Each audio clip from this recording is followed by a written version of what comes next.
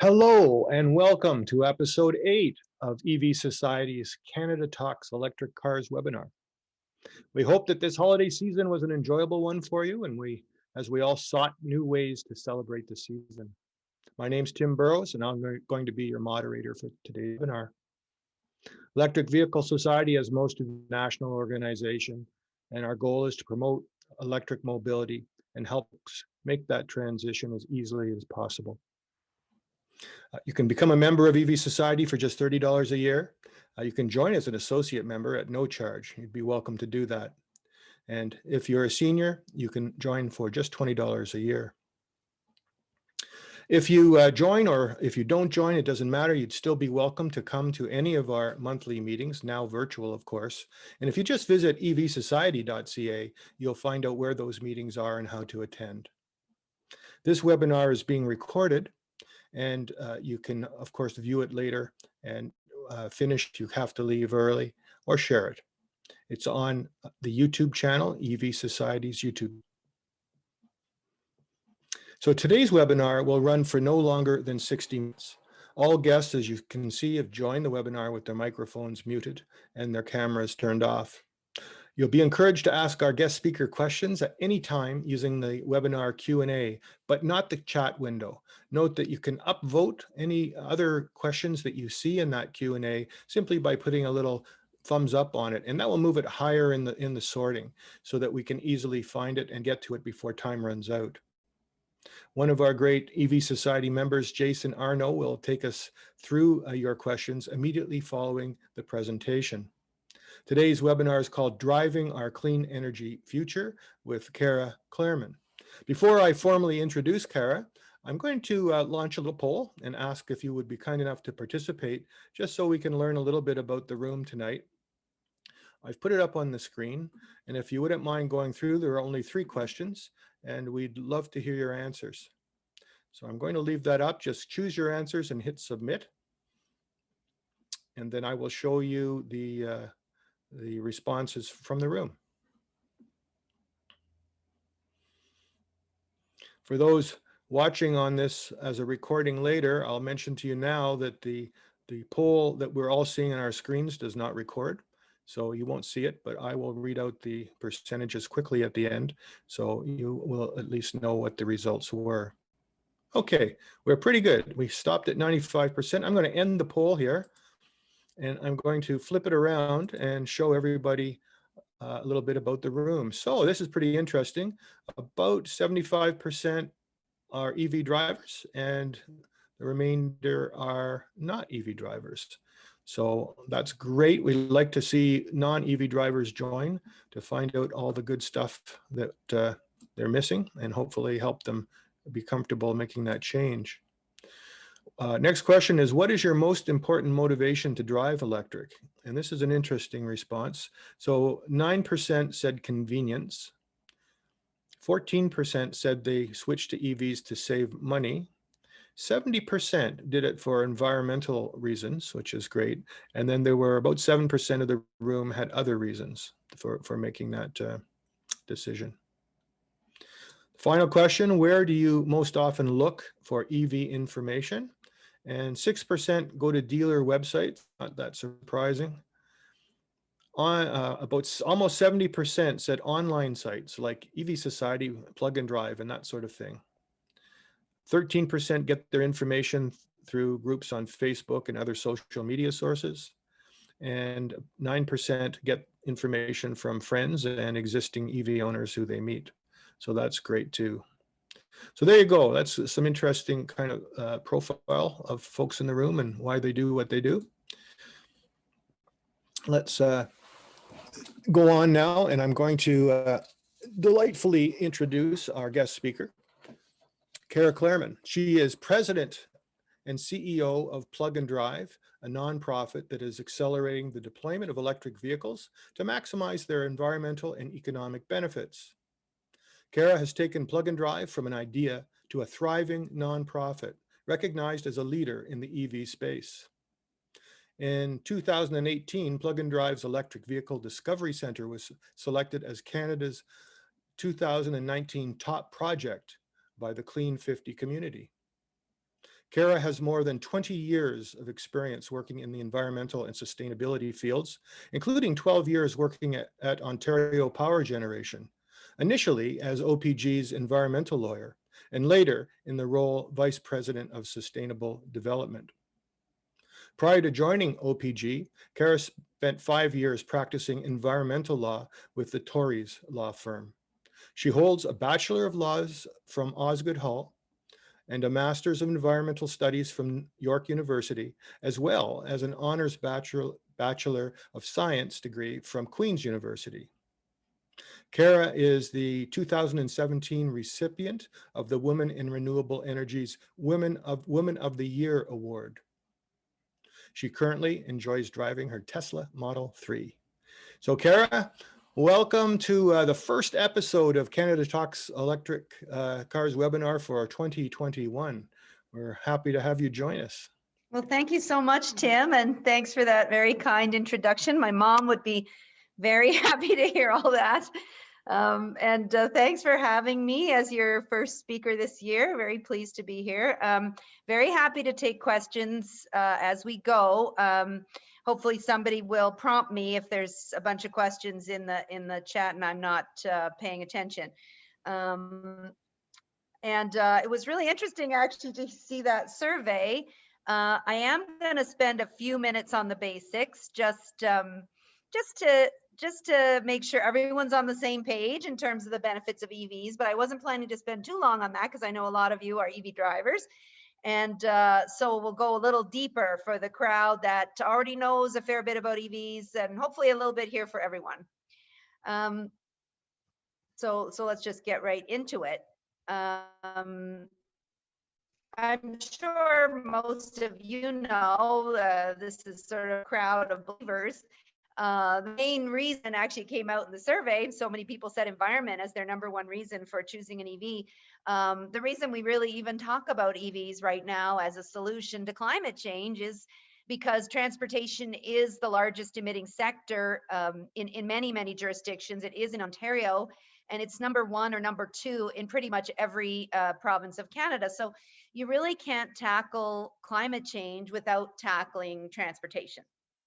And so that makes EVs come to the forefront in terms of solutions. It's of course not any kind of silver bullet, but it's a really important solution to help reduce emissions from transportation. And why it's so effective, especially here in Canada, at reducing emissions, I'm sure many of you know, is because our electricity grid here in Canada is pretty clean compared to a lot of other countries. We have a lot of hydroelectric power in Canada. And here in Ontario, for example, we have mostly nuclear and hydro as our base load electricity, a little bit of renewables and a little bit of natural gas. In many provinces of Canada, you have 95% plus hydro. That would be the case for BC, for Manitoba, and for Quebec. We have then sort of a mixed bag in a few of the other provinces, but really, actually, although in the sort of clean electricity provinces, you get a bit better bang for your buck in terms of emission reductions, you actually still get a pretty good emission reduction, even in Alberta and Saskatchewan, where we have quite a bit of coal on the grid. And that's because, of course, the grid isn't 100% coal or gas in any jurisdiction. There's always some percentage of hydro and renewables.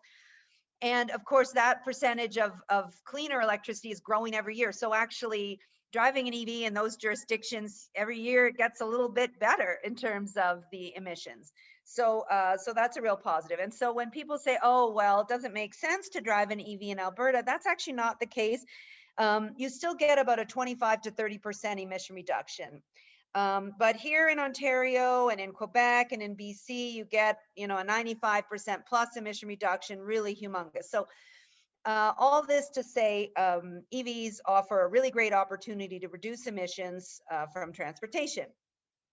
But that's actually not the only big plus about EVs. EVs actually also save you a lot of money. And those of you, 70% plus of you who said they already drive an EV, good on you. You're also saving yourself a pile of money. Our calculations have shown that we save on average, the average driver who drives about 20,000 clicks a year, saves about $2,000 a year on average. And, you know, it varies, of course, but that's including maintenance and fuel. Electricity continues to be a lot more expensive. Gas continues to be a lot more expensive than electricity in every jurisdiction of Canada, and so a lot of consumers don't realize that because they see a higher sticker price, they think, oh, EVs are expensive. But the reality is, those of us who drive them, we know that actually you save quite a bit of money. Finally, I think it's important to remember that, you know, this whole idea of range and things that people are concerned about charging their car. Most of us are not driving huge long distances, even though we live in a big country. We're driving, you know, on average, the Canadian average is about 50 kilometers a day. So most of us can easily get away with charging only once or twice a week. And finally, there are a lot of makes and models available that many people just have never heard of. This crowd probably knows them better than most, but most people don't realize there are so many different makes and models at a whole variety of price points. And one of the great things Tesla has done is that they've really raised awareness of EVs. People are talking about them, people have heard of them. The downside is that people have started to equate expensive with EV.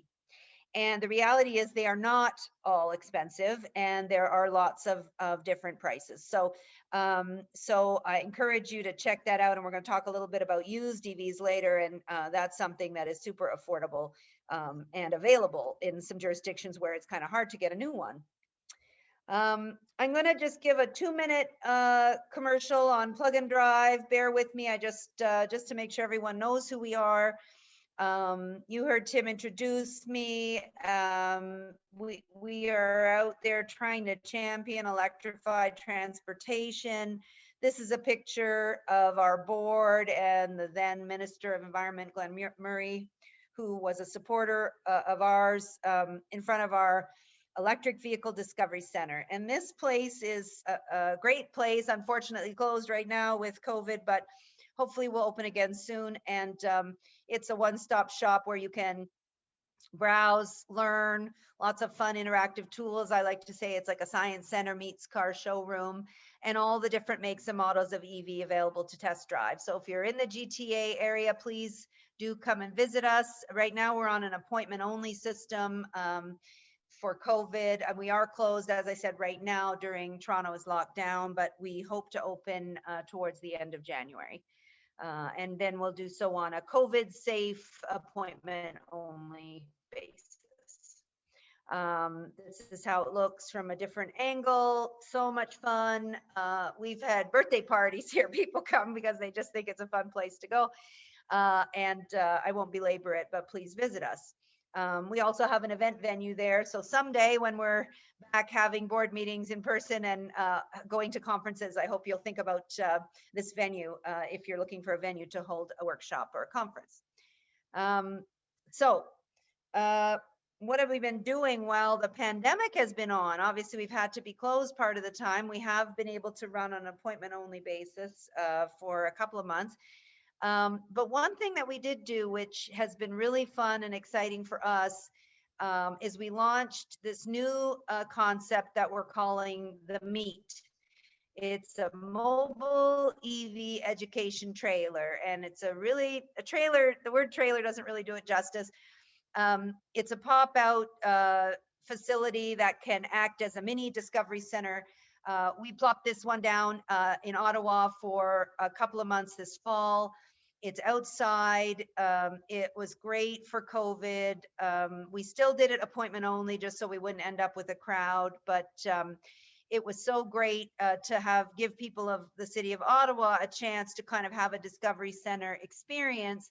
And it was such a hit that we hope to take this on the road across Canada and visit lots of different cities. So if you live in a city that you think would be really interested in having this opportunity along with cars to test drive, please do drop me a line, and we're hoping to hit a lot of major centers across the country.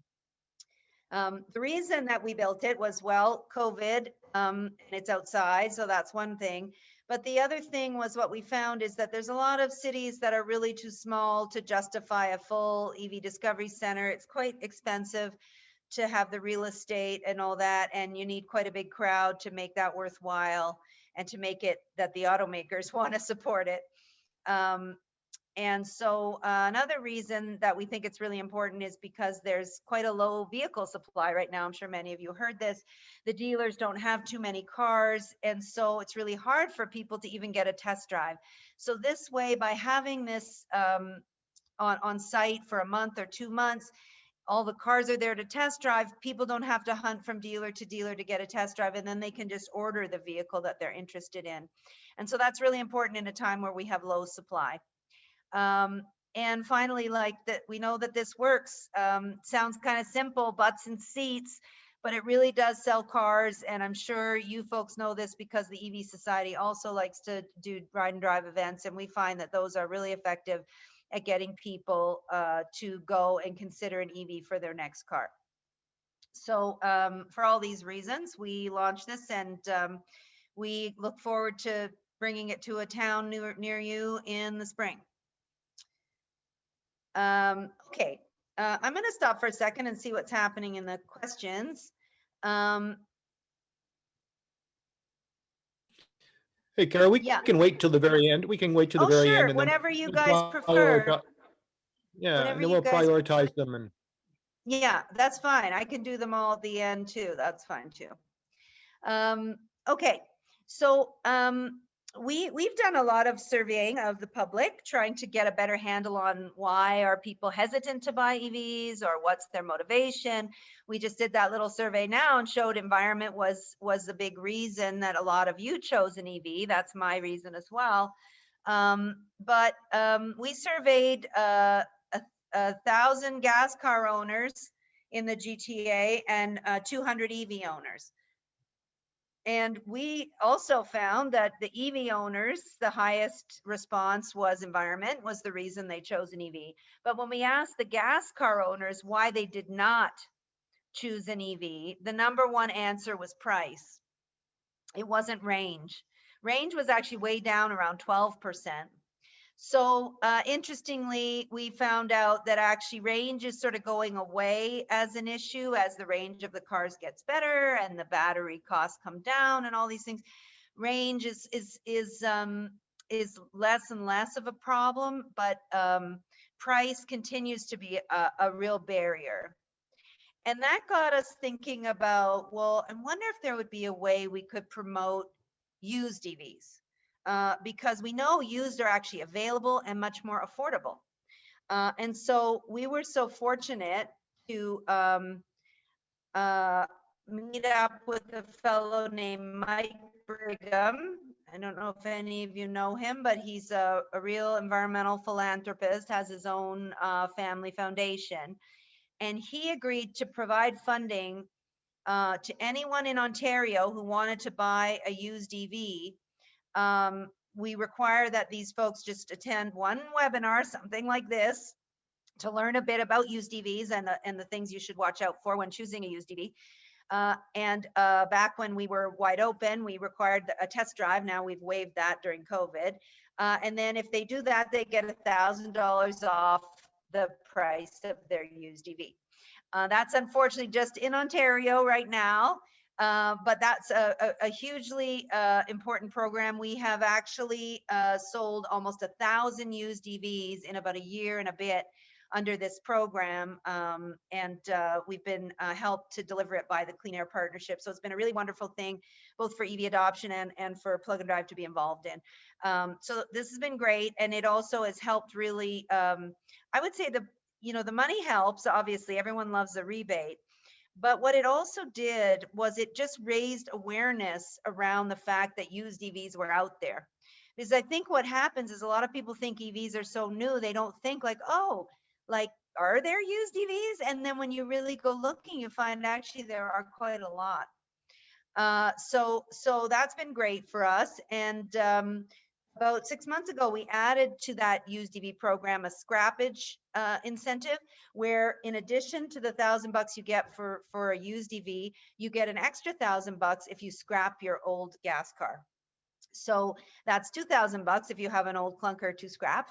That's a lot when you are looking at prices of vehicles in the $15,000 to $20,000 range for used EVs. So really great opportunity there. Many of you might know if you visited our website, in addition to sort of these sorts of programs that we run, we also have an online store. And the reason we did this is because we found it was really hard for people to find a home charger. And they didn't know what to get, and they didn't know what features it should have. And there's so many different models. And you can go to Amazon or Home Depot online and you can buy one, but there's nobody to help you and answer your questions. So we set up an 800 number and we set up this online store, and all the makes and models of home charger are on there. And you can call us and ask all your questions. And we didn't want getting a home charger to be the reason people didn't choose an EV. So we want to make this easy for people. So that's available to you if you are in the market. And by the way, it doesn't matter where you live, we can help you. Another thing we've been very active doing actually during this year is trying to help workplaces figure out the whole workplace charging thing. It is complex, and there's a lot of factors to take into account. You have to think about the demand, you have to there's policy considerations, which equipment to choose, where you're going to install it, are you going to get people to pay, or is it going to be free, who's going to operate it, blah, blah, blah. So we put together a guide. Here's the cover. So you see it's called Leading the Charge. And I hope it's helpful if your workplace is thinking about it. It's definitely going to save people some time and money. So definitely email us at info@plug-and-drive if you're interested in that.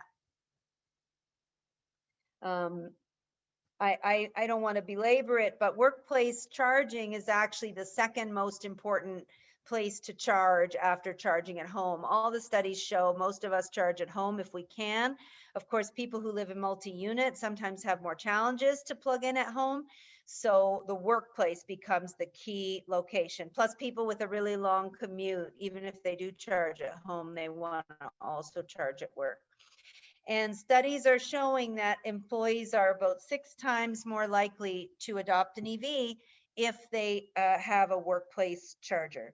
So that's also really important. We also are finding more and more employers are using it as a way to show their environmental commitment and their commitment to health and wellness of their employees, to attract and retain young people and talented people who care about climate change. And also because they're electrifying their fleet, so they can use these chargers both for fleet at night and for workers in the day. So for all these reasons, if you haven't thought about chargers at work and you have a workplace that you might still go to, how many of us working at home, it's less of an issue, but if you do, please do take a look at the guide.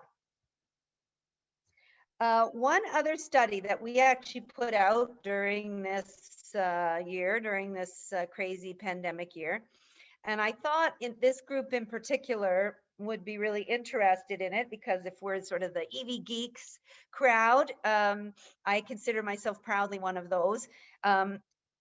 We start thinking like, wow, could my battery be used to like send power back to my house or to a building? We've all thought of this, right? And I kept thinking like, well, there must be a way to value it. Like, what's it worth to the grid and what's it worth to me if I really could offer the electricity back to the grid? So we hired this fellow named who you've probably heard of him. His name is Mark Brule. He's a big policy guy. He runs his own policy shop, and he has all kinds of models for the Ontario electricity grid. This particular study was for Ontario, but it would be pretty equally applicable, I would say, not in the detail, but in the high level to any province, about what's the value proposition for these EV batteries for storage. How can they be offered into the grid? Could they have a secondary life after the car to be backup storage, for example? So we looked at a whole bunch of these scenarios, and I'm not going to get too far into the weeds on it. You can ask me maybe some questions about it at the end if you want. Of course, this study is available on our website if you're really into it and you want to have more information. But basically, we looked at how the battery could be used as mobile storage while it's still in the car, as well as the secondary life issue. We looked at the value both to the owner and to a workplace, assuming most people were going to be giving the power back to the grid in the midday, and most people at that time were at work at the midday. And then what would that have some kind of impact on the electricity system, and then what would the value be to the electricity system? We kind of made certain assumptions that, you make when you're doing these kind of studies. We had to pick some average driving distances that people would charge at home at night, but offer their power into the grid in the day, mostly at work. Of course, this year is a little bit of an anomaly. And then what would happen to the battery after a certain number of years in the car? Would it have anything left to offer to the grid as, secondary use? So that was more or less what we assumed. And these are some of the results. On average, an EV owner could earn about $8,500 over the life of their car using the car as mobile storage and offering it into the workplace to shave their peak demand. Also, they would be able to sell that battery into a secondary use for about 20% of the original value. So there's another value that they get. And of course, the businesses, their workplace would purchase their electricity from their battery for about 60% of what electricity costs. So the business still wins, but you're still getting something. So these were all sort of the way that we designed the study. We made some assumptions about how many EVs might participate in something like this. Not everyone would be willing to offer their battery into the grid. And we did find, though, making some assumptions about, let's say, half the people participating by 2030, that mobile storage would be able to reduce the daytime peak by, more than 500 megawatts, enough to power almost 20,000 houses. And of course, reducing greenhouse gases by a hefty chunk. You see there, about 5.5 million kilograms. So all sort of a win-win-win, environment, money, both for the workplace and for the EV owner. In total,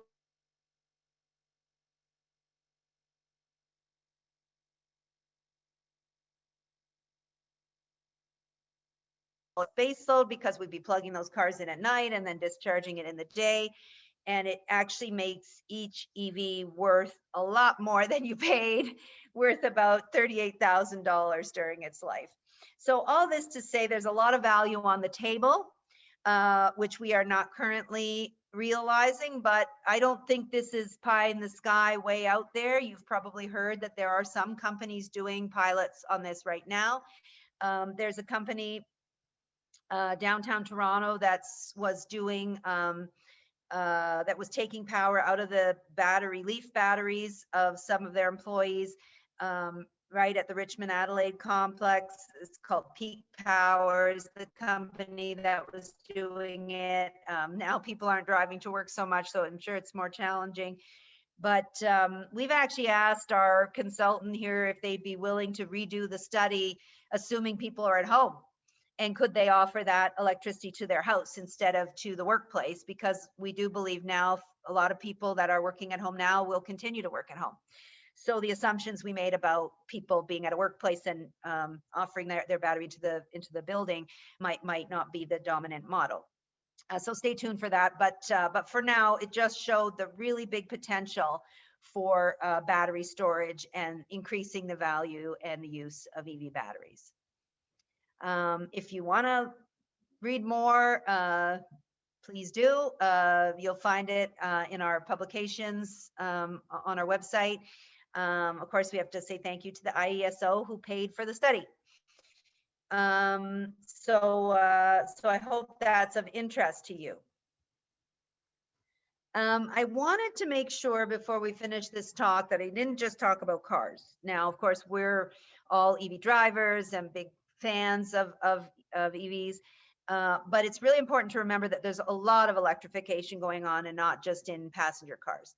Probably one of the most important being transit. And like I said, EVs are no silver bullet when it comes to emission reductions from transportation. There's lots of things to tackle, including trucks and buses and other things. And busing is really being tackled. We see a lot of jurisdictions investing in electric buses. The TTC got it 60 buses this year. Edmonton is doing it. There's projects in Brampton and York region. There's a big project in Vancouver.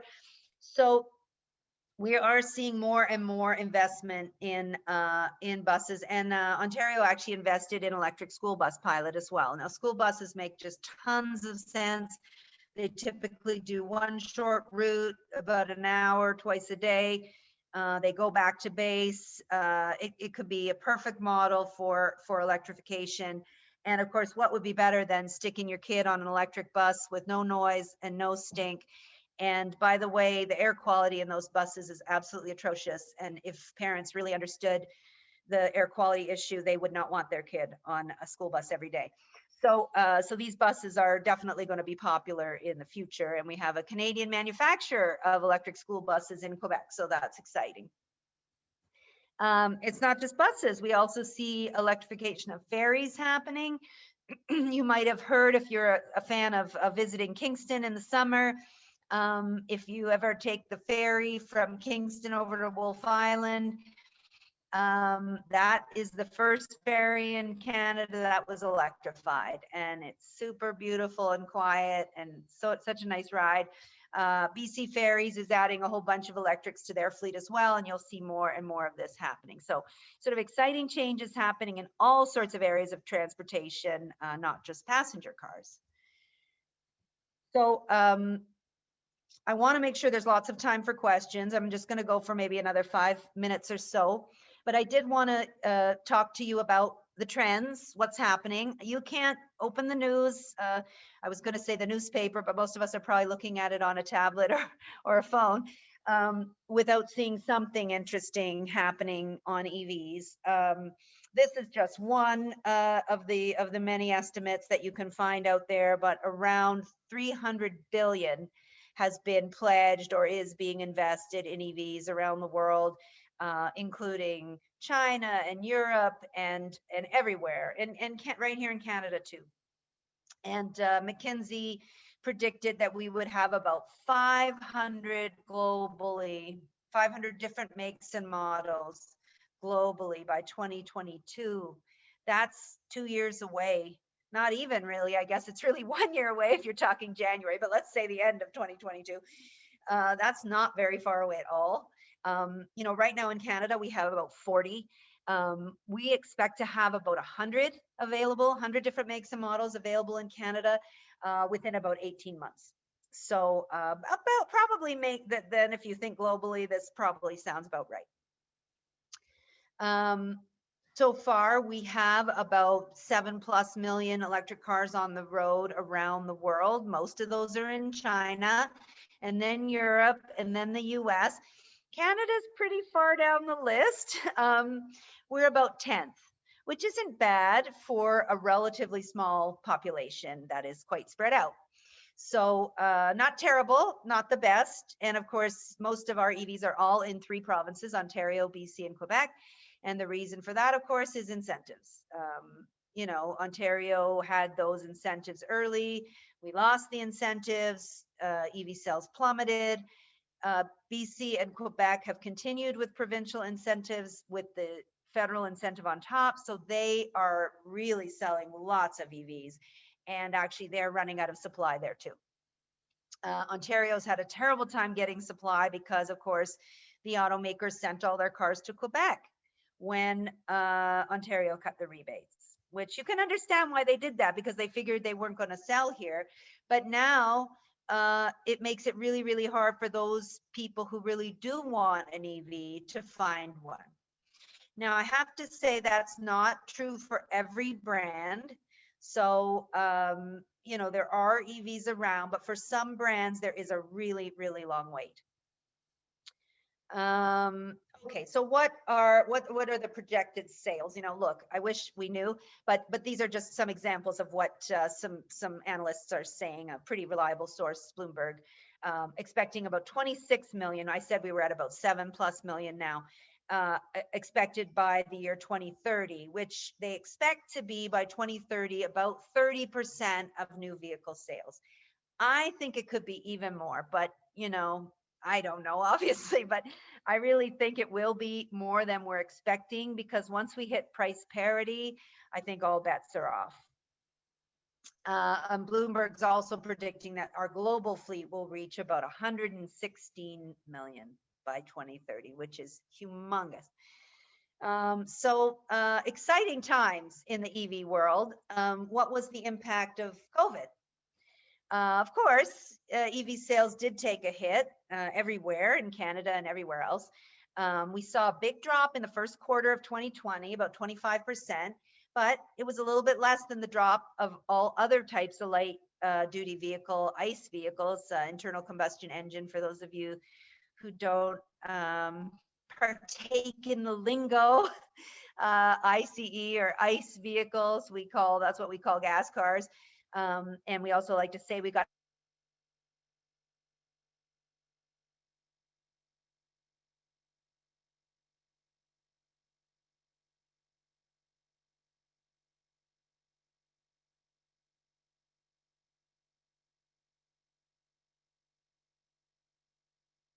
So most of the world continued to experience a decline in 2020 of sales, most of the gas vehicles.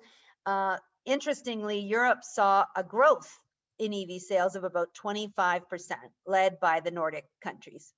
So pretty amazing. And so, look, I don't think there's enough data yet to explain why this is, but I would like to just take my own personal guess, and we'll see. I personally think that when everything locked down, we all saw this huge improvement in air quality because no one was driving, and we all noticed it, especially those of us who live in big cities. I really noticed it in Toronto, and it's like, wow, our cars really have a huge impact on our air quality, and it's probably affecting our health. And I think as the pandemic sort of wore on, people started thinking, well, I don't want to go back to that. I don't want to contribute to that. And so they're thinking, okay, now I've decided my next car for sure is going to be electric. And I really think that was sort of a mass movement that people had, plus prices and availability and all sorts of things. But I do think that had a big role to play. And on that note, interestingly, right around the same time in Ontario, Environmental Defence with the Public Health Organization released a study on the health impacts of gas cars and what would be the benefit if we were to switch, if all of us were to switch to EVs. They did a few scenarios, I think 100% EVs and then 50%. And they showed that we would get massive social benefits, about equivalent of about 2.5 billion with a B, per year, including reduced hospital visits, reduced medication, reduced premature death, and reducing greenhouse gas emissions. So if you take that into account, that comes to almost $10,000 worth of social benefits per EV. I mean, talk about an added benefit that we have never even included in any of our calculations. So, we always talk about the environmental benefit, we talk about the money savings, but we rarely ever talk about the health benefit. And I think it's really important to remember there is a big health benefit. And so when you switch to your car to an EV, you're benefiting all of society, not just yourself.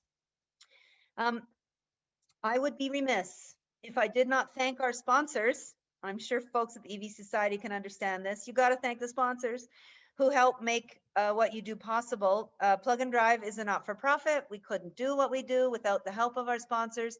And we really, really appreciate their support, funding, cars, help, everything that they do for us.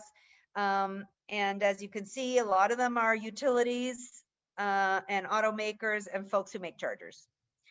So we thank them very much, of course, especially to the Mike Brigham Foundation, who's funding our used EV rebate. By the way, it's the only privately funded rebate that we could find in the world. All rebates come from government, but this guy's funding it himself. I do want to wrap up just with my, eternal optimism. I think all of us know EVs are no longer an if, but just a matter of when. And groups like the EV Society and Plug and Drive are just trying to make that when a little bit sooner. And I think we have a lot of reasons to be optimistic. We see huge sales, even without rebates in many places. We're seeing gas stations put in charging stations all over the place. We see Ontario announcing that both Ford and Chrysler are going to build EVs right here in Ontario. That's huge news. We see countries banning gas cars by certain dates. Prices coming down, availability is going to improve. We are really on the cusp of a huge sea change in terms of automotive, and I'm really excited to be part of it, and you should be excited to be part of it. And I congratulate all of you who are the early adopters. You're really leading it, and you're convincing your friends just by having done it. So thank you for that. With that, I'm happy to take your questions for as long as you like.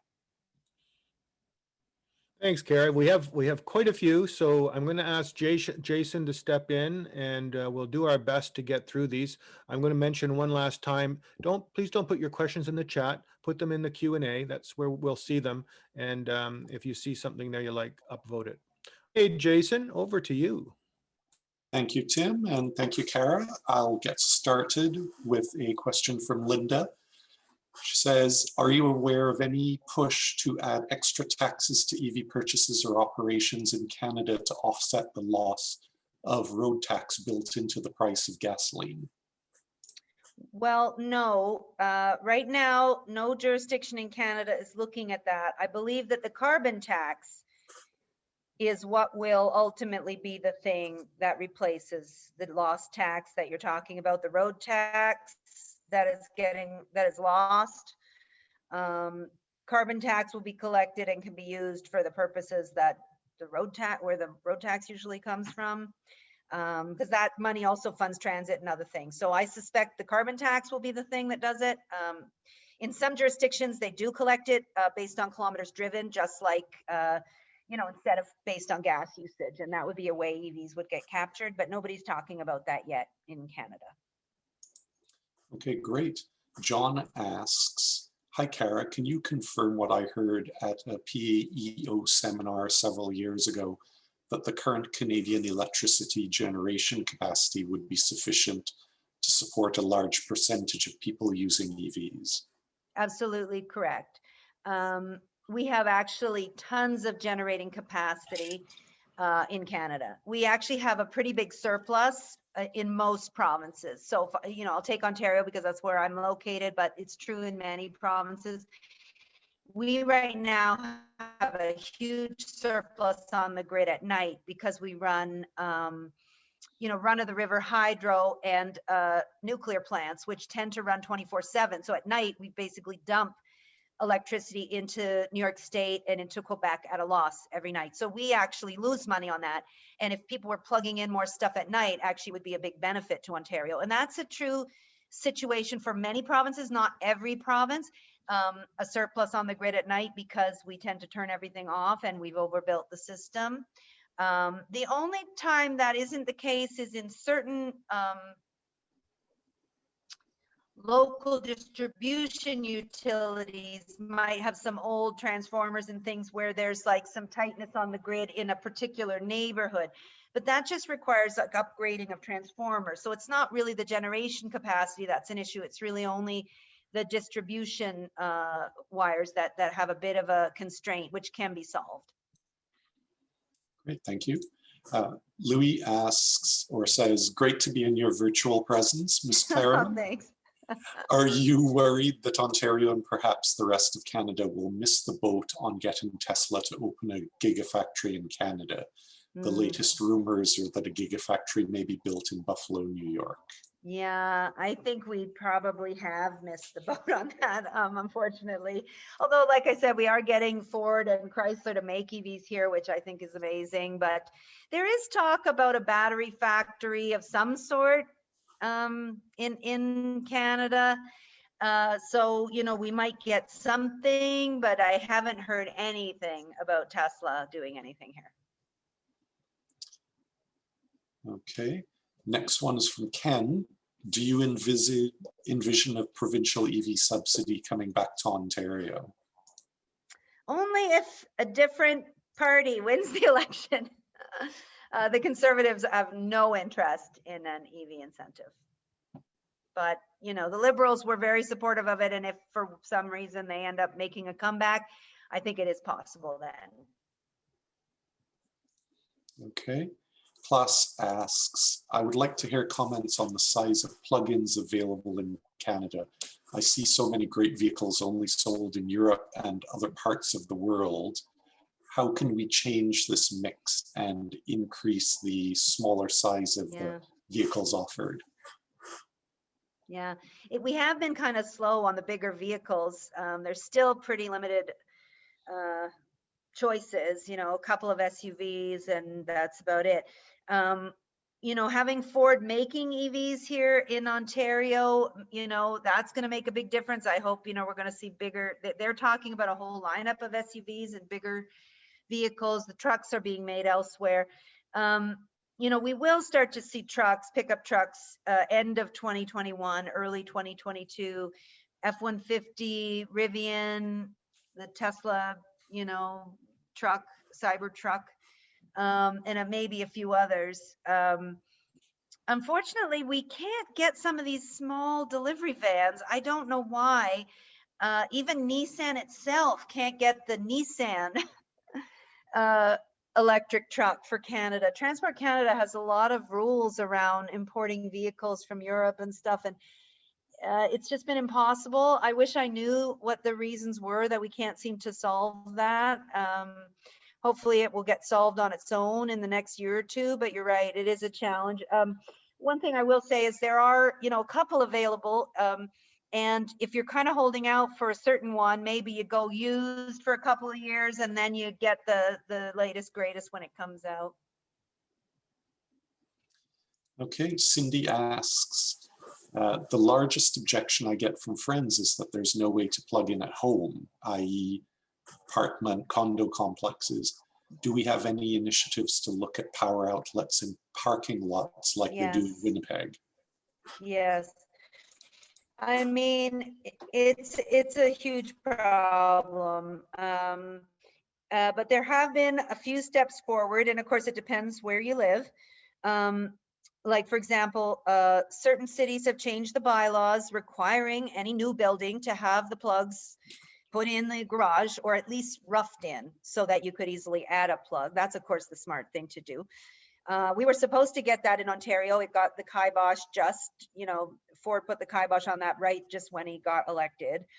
The one thing we did manage to hang on to is sort of this right to charge law, which is that if you live in a condo, you do have the right to request an EV plug, and the building actually has to provide you with a sufficient answer. They can't just say to you, oh, we don't want to do it.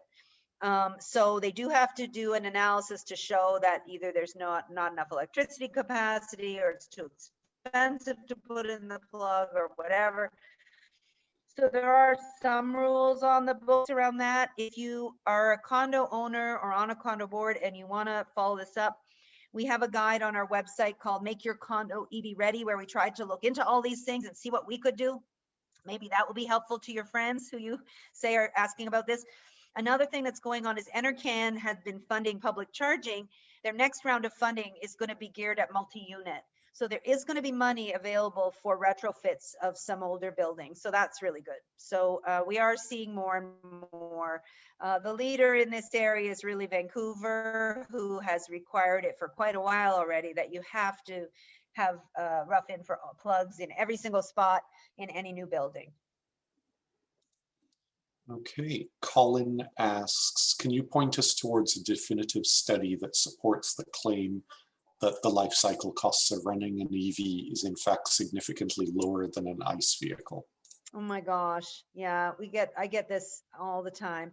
I would go to the Union of Concerned Scientists. That's an American thing. Now I got to tell you, whatever theirs is, ours is better, because their electricity has a lot more fossil fuel in the grid than ours. So that's a good one for American use. Another one, if you want a Canadian one, a U of T prof named Kennedy did a life cycle analysis for every province. And this is a couple years old now, so it's actually better now than it was then, showing like a huge improvement. And basically what the life cycle assessment shows is that, yes, it does take more energy and therefore more CO2 to make an EV than to make a gas car. That is a true fact. But because most of the emissions come from the driving, not from the manufacturing, EVs still way outperform in terms of total life cycle GHG. Great, thank you. And Tim, correct me if I'm wrong, have one of our previous webinar presenters touched on this as well?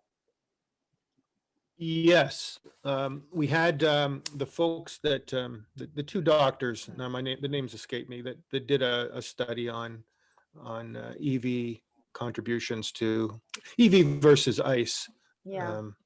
And they showed that it took usually a few years of average driving before you hit the breaking even period in their analysis of EV versus ICE.